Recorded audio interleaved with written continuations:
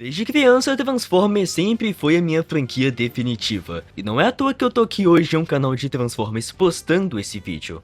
Só que como um bom menino que cresceu nos anos de 2010, eu também era completamente viciado em jogos mobiles. E por um bom tempo, a minha franquia favorita de jogo de celular era Angry Birds.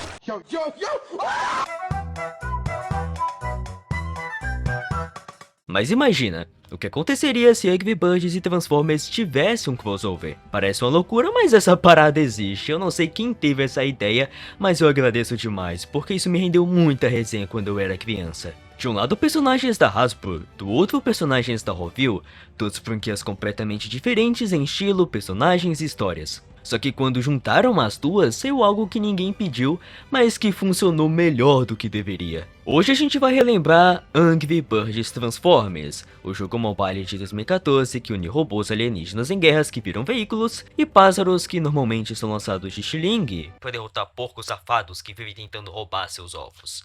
Enfim, o meu nome é Kreber e você está no canal Nação Transformers, então vem comigo e vamos rodar!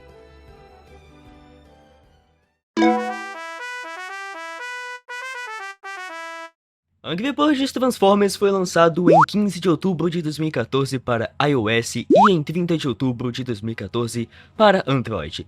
Seu trailer oficial saiu em 29 de agosto de 2014, com estilo retrô que imita uma fita de VHS dos anos 80, inspirado diretamente na clássica série animada de Transformers G1.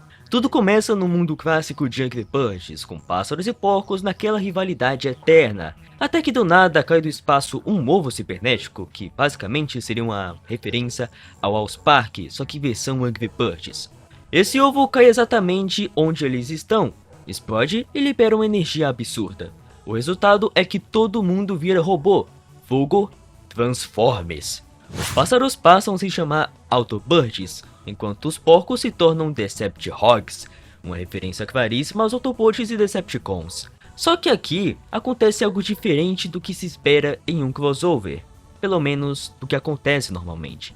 Em vez de apenas colocar os personagens das duas franquias interagindo, o jogo decide fundir tudo em um único conceito, ou seja, não vemos o Optimus Prime de Transformers interagindo com o Red de Angry Birds, mas vemos o Red virar o Optimus Prime, e assim acontece com todos os outros personagens.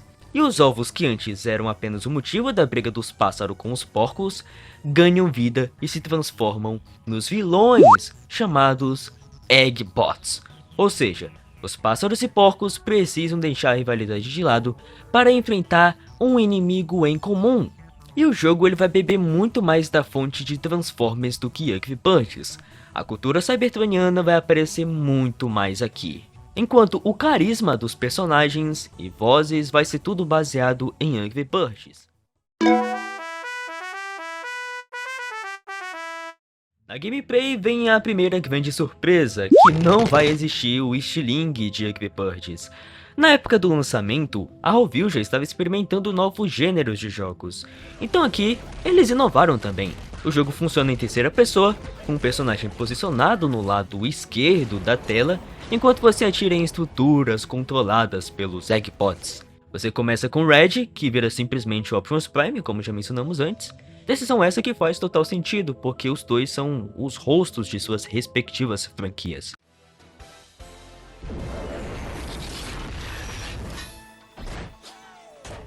Cada personagem vai possuir um tipo de disparo diferente. O Optimus /Red começa quebrando vidros e blocos mais frágeis, mas conforme evolui vai ficando muito mais forte e eficiente no jogo.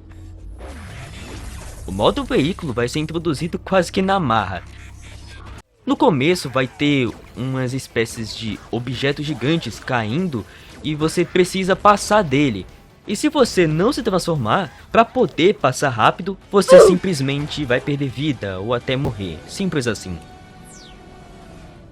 E aí quando o Red chega no nível 2, ele desbloqueia a habilidade de se transformar. O design dos personagens é bem legal, na minha opinião, simples mas genial. E o modo veículo então é basicamente um carro e a cabeça do pássaro em cima. No jogo a gente vai ter um mapa para poder selecionar as missões, e ele tá todo coberto por nuvens, causadas pelos Eggbots. E conforme você sobe de nível e fortalece seus personagens, novas áreas vão sendo liberadas. Assim, eu não sei como esses ovos safados conseguiram capturar todo mundo, mas seja lá o que eles fizeram, foi insano e brutal. A cada 5 níveis um novo personagem entra pro time, que você vai derrotando os porquinhos, NPCs e vai ganhando moedas. E quando você libera um novo personagem, aparece um quadrinho contando uma história engraçada com os personagens, ou seja, o jogo é muito dinâmico. Interessante que quando você liberta eles saem de uma espécie de grande cubo de gelo, o que me parece uma grande referência do Bumblebee e Megatron congelado no primeiro filme de Transformers. Enfim, a gente tem que derrotar esses porquinhos, que é usado para liberar novos personagens, e outra moeda que é usada para melhorar os personagens, moedas de ouro. A outra são as gemas, que você ganha em missões ou comprando com dinheiro real mesmo, e são usadas para avançar mais rápido no jogo. E no final de cada missão vai ter uma nave para te buscar, que é basicamente o Astro Train de Transformers. Essa nave vai aparecer no final e outros personagens ficam ao lado de fora te esperando. É o meio de transporte de todos os personagens. A gente também consegue chamar reforço, que a gente escolhe entre 2 robôs para poder ajudar. Um é mais fraco e o outro é mais forte. O mais forte ele vai ter menos tempo para poder aparecer na missão. E no final, quando você chega no fim, você decide se quer agradecer ou não pela ajuda. E para cada personagem e decisão que você tomar, vai ter uma animação diferente. Isso aqui é genial demais, cara.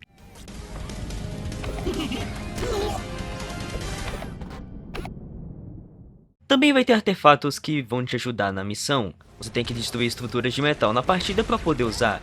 E cada um tem uma habilidade. E por exemplo, no meu caso, eu gosto de usar esse aí que passa um pouco na nave jogando mísseis nas construções, o que me ajuda bastante. Jogando dá pra perceber que existe uma historinha ali. Você sente que tá dentro daquele universo. Tem missões nas quais você envia personagens e depois recebe recompensas por isso. Conforme vamos desbloqueando novas áreas, novos lugares para jogar também serão liberados. Os primeiros cenários têm uma vibe mais marítima, a gente vê muita água no fundo, montanhas e navios naufragados. E cada mapa tem sua própria música tema. Cara, as trilhas sonoras desse jogo são uma coisa, cara, impecável. Afinal de contas, foram produzidas pelo lendário Vince de Cola, que já trabalhou em Transformers antes.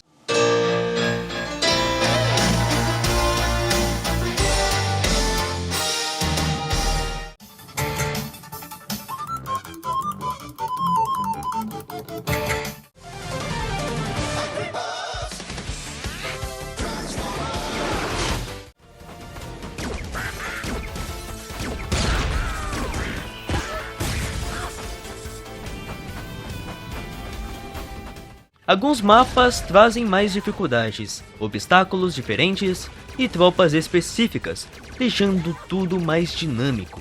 Tem um mapa, cara, que é tipo um deserto e passa muito a vibe de Velho Oeste, tá ligado? E mais uma vez, a música combina demais com o ambiente.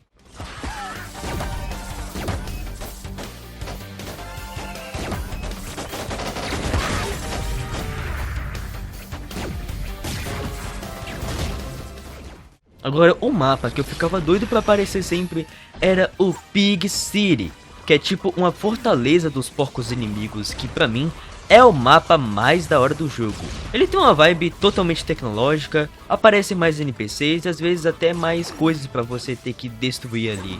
O mapa é muito bonito e tem obstáculos interativos, com a ponte que você precisa ativar atirando em um ponto específico, por exemplo, pra você poder passar. E a música desse mapa é absurda de boa.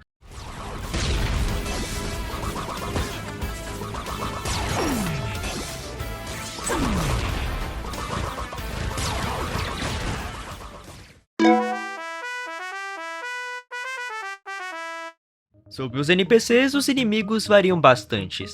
Tem os porquinhos que praticamente não fazem nada, e tem uns que voam, tipo helicópteros e atiram. Esses são insuportáveis às vezes. Tem uns que ficam em cima das construções, atacando de longe, outros que vêm de balão tentando explodir você, e outros robôs gigantes que se transformam em estruturas e jogam bolas de fogo. Esses são definitivamente os mais fortes, só que são mais raros de aparecer. Os Eggbots aparecem de vez em quando em fases especiais e a gente precisa lutar contra eles. E eles sempre fogem, mas é legal mesmo assim. Além dos inimigos, existem obstáculos chatos, como foguetes que, se você não destruir, podem te transformar numa geladeira ou borrar sua tela com tinta por alguns segundos. É basicamente o jogo tentando trollar e zoar tua gameplay. E às vezes vem dois foguetes ao mesmo tempo, então ou você tira neles ou você lida com os porcos, o jogo te força a decidir rápido.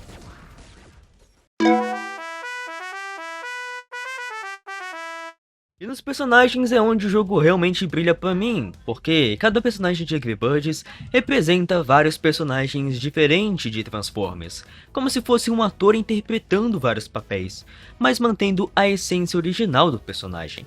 O Red começa como Optimus Prime, como eu já falei. Ele é meio equilibrado, versátil e confiável em praticamente qualquer fase, ele faz o arroz e feijão. O Chuck vira Bumblebee mantendo a característica da velocidade, com disparos mais rápidos e eficiência contra a madeira. O Terrence representa personagens como Sentinel Prime e Ironhide, e continua sendo o mais forte, como era um dos mais fortes nos jogos de Angry Birds. Ele tem tiros lentos, porém extremamente poderosos. O Bomb mantém sua identidade de explosão, seus ataques causam danos em área e são excelentes contra estruturas mais resistentes. E ele é personagens como Wheeljack e Drift. O Bubs também representa a sua essência. No jogo clássico ele inflava e explodia com grande impacto. Aqui isso se traduz em ataques fortes, principalmente quando evoluído. E esse carinha pra mim tem um dos visuais mais bonitos de todo o jogo. Ele vira personagens como Jazz, Sideswipe e até Mirage. Do lado dos porcos, o Rei Porco representa Megatron, Shockwave e possui rajadas mais pesadas e se transforma em tanques. Tem também o Cozinheiro, que vira o Soundwave, e o Porco mais velho, que vira o Lockdown. A Stella acaba virando a Fembots como a Sea, a Arachnid, Chromia, e geralmente tem um modo alternativo de moto no jogo. E tem um ataque muito forte, soltando essas bolhas que dão um dano poderoso. Outros personagens bem conhecidos é o Buzz, 3 passarinhos que juntos vão ser vários personagens, como o Prowl, Streak, Smokescreen e Beachcomber. Ele também tem um ataque bem forte e tem facilidade para destruir construções de pedras, que são uma das mais fortes. Também temos a Silver, que vira o Windbraid e Elita One, e também um avião. A Matilda, que em Angry Birds tem a habilidade de soltar um ovo e explodir tudo, aqui ela vira a Náutica e Strongarm. E eu arrisco dizer que é uma das personagens mais fortes do jogo, porque é surreal o poder dela aqui. A gente tem aqueles porquinhos normais também, que viram os Seekers de Transformers aqui. E eles são um dos meus favoritos também, porque eles viram caças e são rápidos. E tem munição infinita. Então eu acho satisfatório demais jogar com eles. Agora um dos personagens mais engraçados do jogo é o Hal, que é tipo um tucano. E ele vira o Grimlock. E é muito engraçado por causa do jeitinho dele no jogo. Quando ele fica tipo te encarando na tela. Agora deu cara aí mesmo, viu? E o modo alternativo dele não muda quase nada. Ele na lógica é um dinossauro e ele vira uma motinha. Que tipo, não muda muita coisa. E solta ataques fortes pela boca. A Zeta é uma personagem mais obscura pra mim, mas no jogo ela vira Angry Bird. E também uma das personagens mais roubadas. Ela tira um bloco gigante de gelo, que pô, isso aqui é útil e apelão pra caramba, tá? E pra finalizar, temos a Águia, que em Angry Birds era extremamente roubado. Não era nem um personagem, era uma habilidade, de tão apelão que era. E aqui também é o pilão. Ele vira o Alpha Trial, Cup e até Compiner. Só que bem, eu nunca liberei um Compiner, então não vou ter muita propriedade pra falar aqui nesse vídeo. Mesmo sendo um jogo em terceira pessoa, todos mantêm características claras do Angry Birds original. Só trocaram o Stiling e colocaram um Blaster nos bichinhos, e eles viram veículos agora.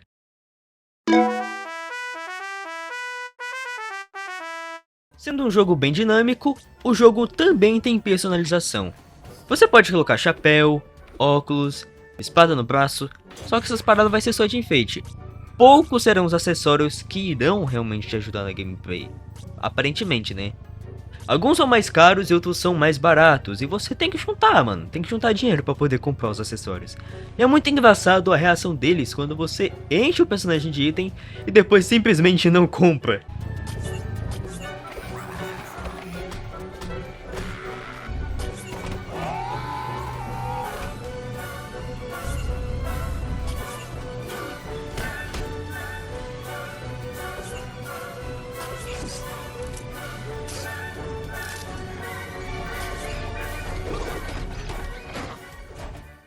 Mesmo sem falar, os personagens eles têm muita personalidade, o que é um ponto muito positivo do jogo. Eles fazem dancinhas, olham pra tela, têm sons próprios quando atacam, e isso tudo deixa os personagens mais carismáticos e o jogo mais dinâmico.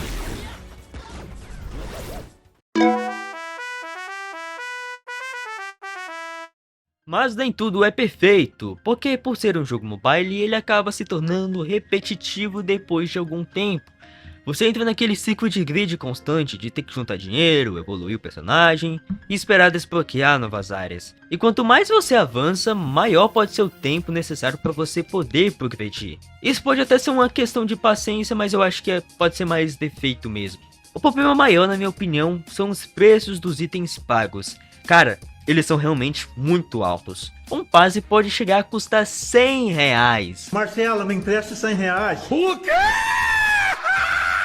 O que é exagerado, principalmente quando comparado a outros jogos do grande mercado.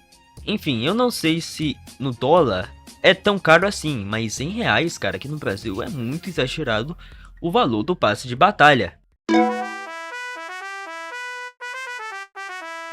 Cara, o jogo também teve brinquedos, tipo, dos mais variados tipos, mas um especificamente que eu lembro de ter visto em vídeos e que infelizmente eu não tive, era um que dava vantagem no jogo. Era um que tinha uma transformação simples, mas que ao escanear no jogo, você ganhava o personagem ou algum benefício. Inclusive, fizeram uma animação sensacional sobre isso que pegou milhões de views no YouTube e é muito nostálgico pra mim, cara, eu amo demais esse vídeo. Eu nunca tive, então eu não sei dizer exatamente como que funcionava. Eu também, quando criança, eu estava fazendo bonecos do jogo com papel e papelão. Eu modelava e criava os visuais, mas eu nunca consegui completar nenhum, infelizmente. Pra vocês verem como esse jogo foi marcante pra mim. Mas tava ficando bem interessante, viu? Também teve quadrinhos que eu não li, mas que aparentemente expandem mais esse universo e exploram os personagens. E tem um traço muito legal. Eu não sei exatamente o que todos os fãs das duas franquias pensam sobre o jogo. Eu já vi gente como eu que gosta bastante, mas eu também já vi fãs de Transformers dizendo que esse jogo foi quase um trauma. Ô louco! E tá tudo bem, no meu mundinho esse jogo é incrível. Ele tem limitações claras? Tem, mas é extremamente nostálgico pra mim. A estética é marcante, os personagens são bem adaptados, e a trilha sonora que, como eu já falei, é impecável. Valeu, Vince de Cola! E eu jogava muito em 2015, em um tablet que era meu e do meu irmão, lá pra 2015 e 2016. A gente conseguiu chegar perto do nível 250 ou 150. Não lembro exatamente, mas provável que seja o nível 150. Um pouco mais, eu acho. Até que a gente teve a brilhante ideia de tentar hackear o jogo pra poder conseguir dinheiro infinito. Deu certo? Não! Foi a maior cagada que a gente fez nesse jogo. Porque a gente perdeu o save inteiro. Não sobrou nada. Cara, foi pra mim um trauma na época. E foi tipo um trauma tão grande, eu acho que também pro meu irmão.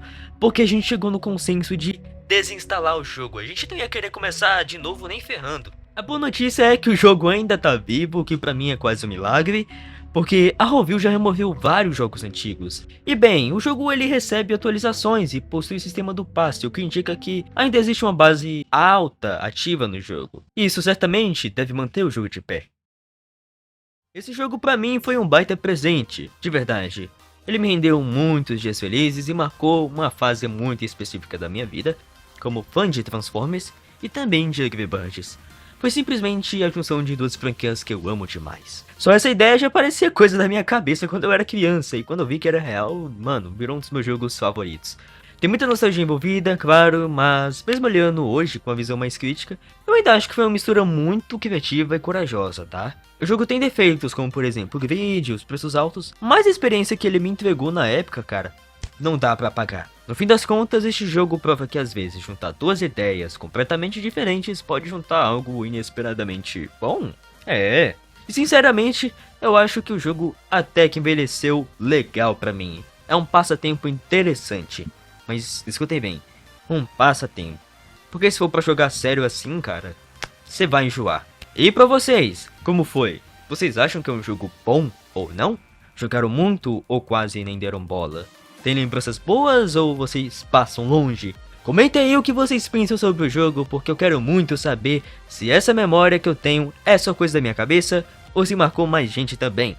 Mas esse foi o vídeo de hoje, Muito obrigado por ter assistido até aqui e lembre-se, você é mais do que os olhos podem ver e você é especial. Jesus te ama.